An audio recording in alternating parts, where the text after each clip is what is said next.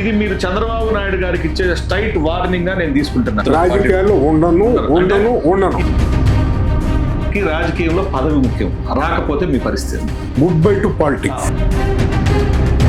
ఎట్లా మీరు జ్యోతిష్యం చెప్పబోతున్నారు? అమర్నాథ్ రెడ్డి గారి నాయకుడు అయితే రాజంపేట ఏ పార్టీ గెలుస్తారో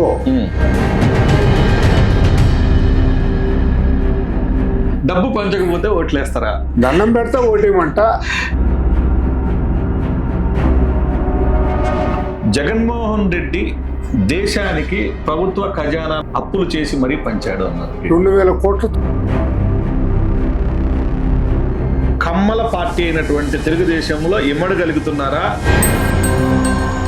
జనసేనకి ఇస్తే నేను ఒప్పుకోను అనేటటువంటి రాలేదు.